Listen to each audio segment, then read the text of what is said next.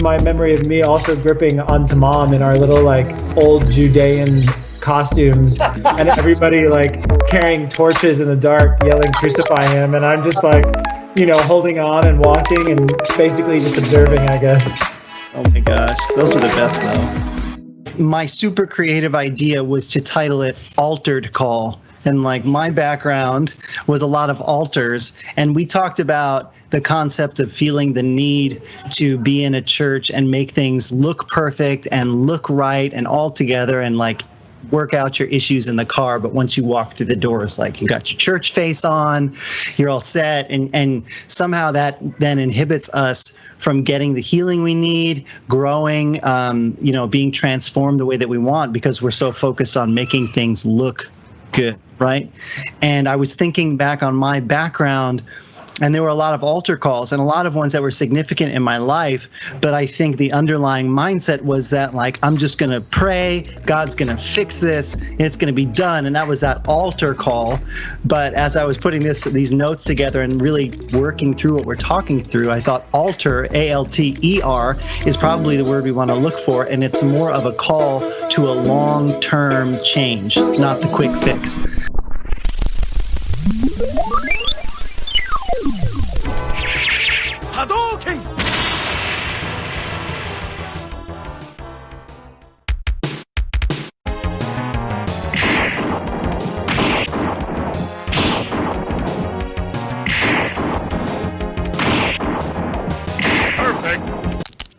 Thinking back on church services, and so that's what made me think, as kind of an opener, what is a crazy experience you've had in a church service? My life is basically your life growing up. Yeah, so that's true. If we're talking charismatic experiences first, I think I've always just been fascinated about how people fall slain in the spirit.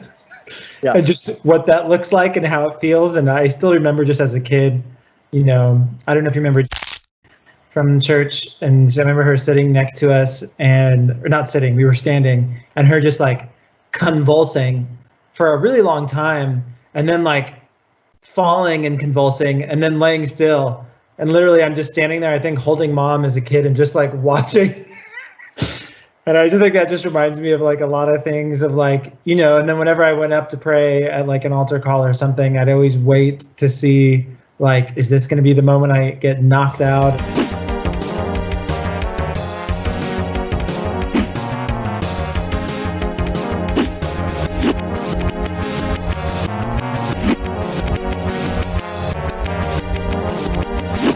Also involves my memory of me also gripping onto mom in our little like old Judean costumes and everybody like carrying torches in the dark yelling crucify him, and I'm just like, holding on and walking and basically just observing, I guess.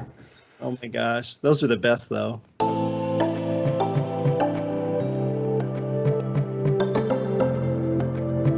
I feel so Presbyterian now after you guys described that. You are. Wow.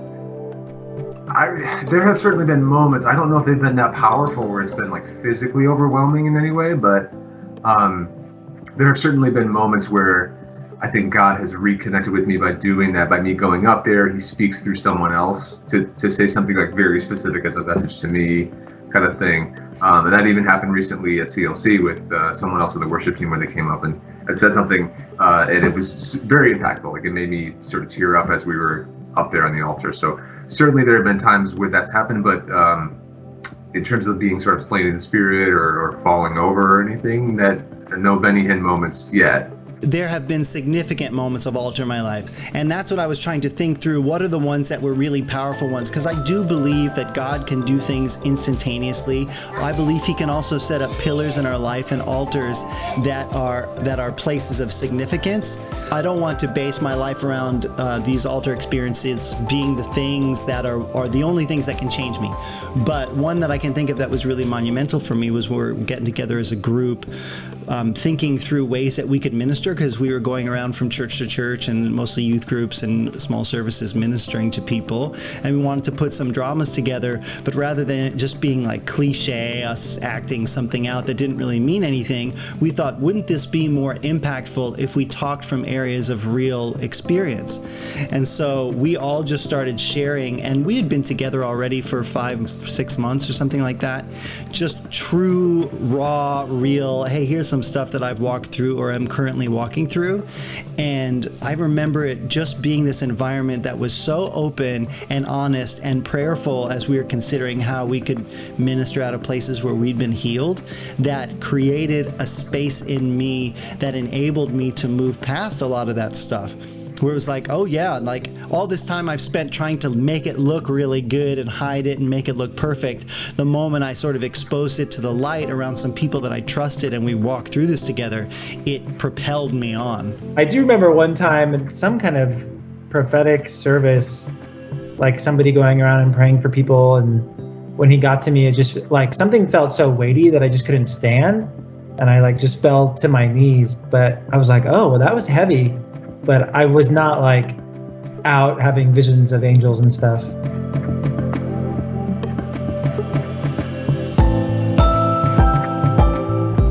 I think the reason I'm still a Christian today is because of worship moments at an altar, which I think we've talked about. That just allowed the space for me to come and sit with God. And those felt truer than any other moments I had had anywhere else.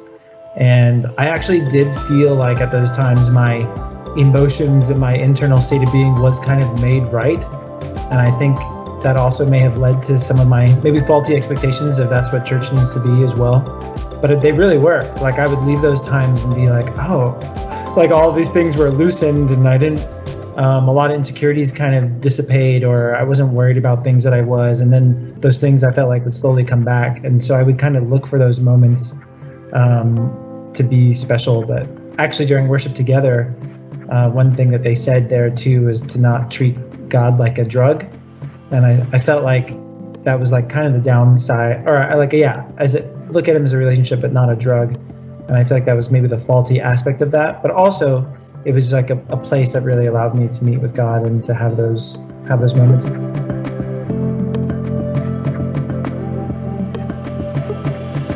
I pulled out some scriptures to sort of think on and guide us today as we're talking about this,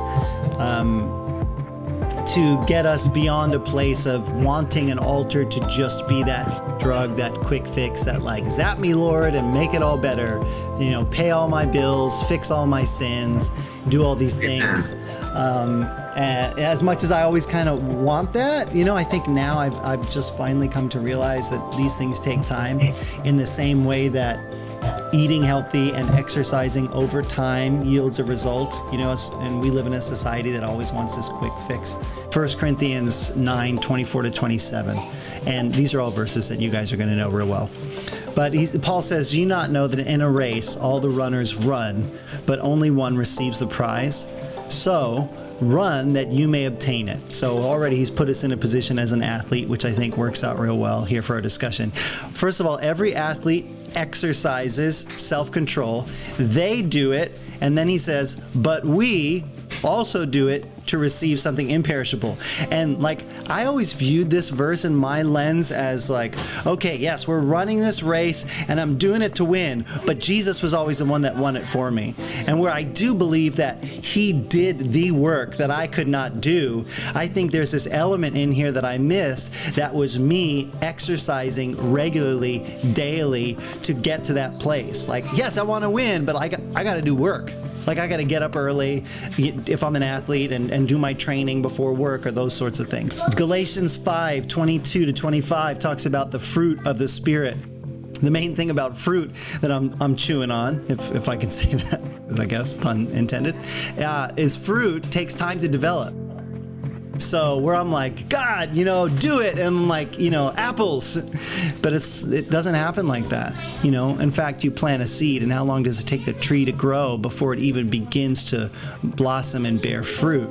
and it's not instantaneous. You got to keep cultivating it. You got to keep taking care of it. The conditions need to be right. It needs to take time to grow. And the third is Romans 12, 1-2, which again is when you'll know that he says, I appeal to you, Paul says, therefore, brothers, by the mercies of God, present your bodies as a living sacrifice, holy and acceptable to God, which is your spiritual worship. Do not be conformed to this world, but be transformed by the renewal of your mind. And in the Greek tense, that really means being transformed. It's active, it's daily, it's regular. So I just thought these were good verses to chew on, kind of thinking on this topic. So can I jump in with the fruit one, the yielding the fruit thing real quick? Yeah, one please. thing that struck me about that, just like you were saying, was I think there's another verse, if it wasn't that one, that says it yields its fruit in season. Yep. So even if the conditions are perfect and you are taking care of everything, God has still designated a time where it's going to bear fruit, and there's some times where you're not going to bear the same fruit, right? So that idea that he has those cycles and seasons and timing taken care of, and it's our job, the rest of the time, just to make sure that we're doing that day-to-day discipline, like you're saying. Yeah, I think that's really good. And also kind of an image that comes to mind is if I'm like, and I don't grow fruit, but if I'm looking at a fruit tree and say we're going apple picking and I'm picking fruit from trees and I see one tree that just doesn't have apples on it, I'm never tempted to look at that tree really and go like, you're a failure.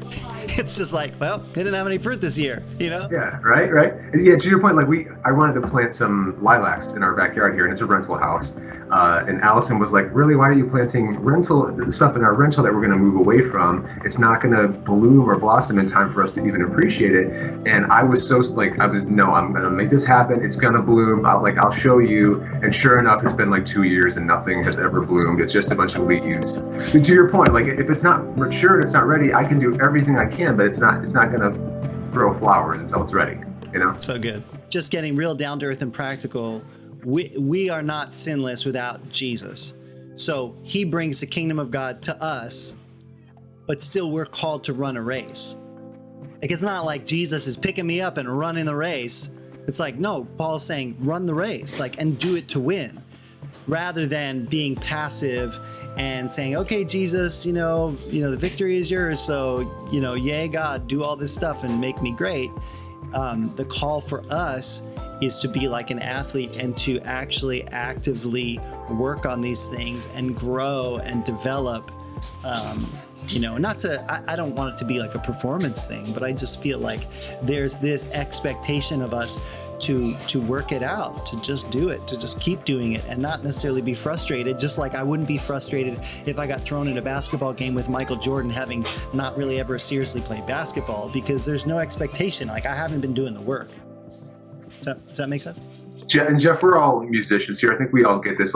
In the moment when you're practicing an instrument, you don't notice yourself getting better, right? It's several days later before you notice any improvement, even though you're putting in the work in that moment. You don't see it, right? Right. Yes, it's almost that. It's that justification versus sanctification for me difference that we forget about. You're not working to be saved, but you are working to grow to be more like Christ. Exactly. That's perfect. And I think I kind of wanted to just going to Romans 12, the verse that you had there. I really think that is very important to highlight the fact that, especially the second piece, when it says, do not be conformed to this world, but be transformed. I believe the process of transformation begins with God's process of purification that happens in us, right? Which we have to buy into by, number one, running that race, like you're saying. Jesus has done that for us. So we start running that race, that process of purification and the process of us living holy for God, right? When we start doing those things is when he starts to transform us. And Jesus takes away, the things that we can never do for our own self. He wipes away our sins. He gives us our ticket to salvation. We're good there. However, the transformation that happens is the process that I feel comes after the fact, where I feel when we come to church, I think sometimes the expectation is, oh, I received Jesus today, I am saved, yet, the part that I'm going to do is going to be some half running, for example. I'm going to do some crunches and, I'm going to have abs, tomorrow or, while I'm at church or something like that. I just wanted to make sure As you highlighted the transformation, that transformation journey, deals with, purification and living holy for God, which we know it's not attainable, but it comes with time, with the growth, like you're saying, with the fruit. And it comes with the things that, God wants to do within us that we are, number one, signed up for.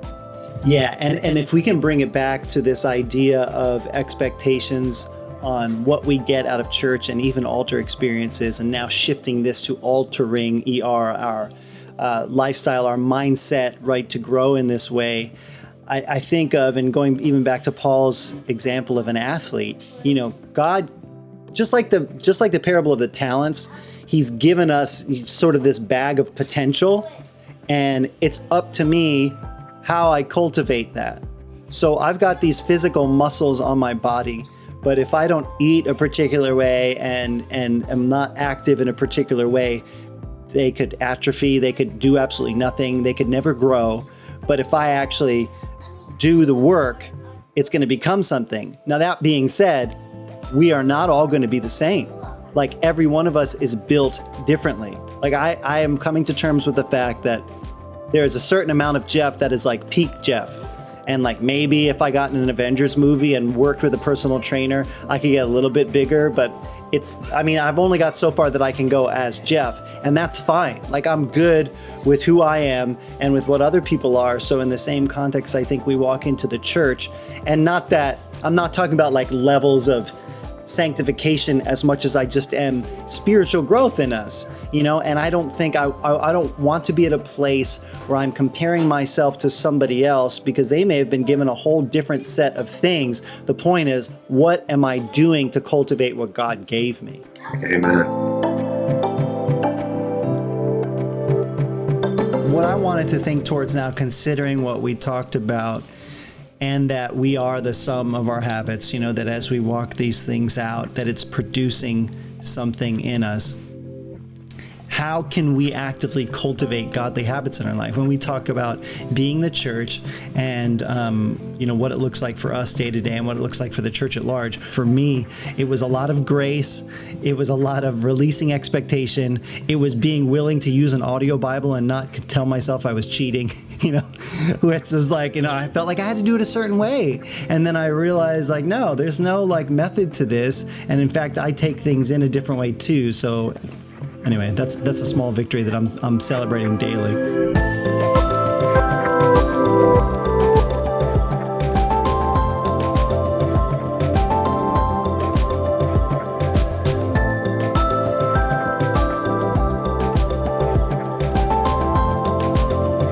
So my heart in thinking through these things is to change the way that we look at growth and transformation in a way that we don't just come to an altar and expect to walk away different people, but that we expect to come to an altar in a place of encounter, and because of that, we alter the way that we live.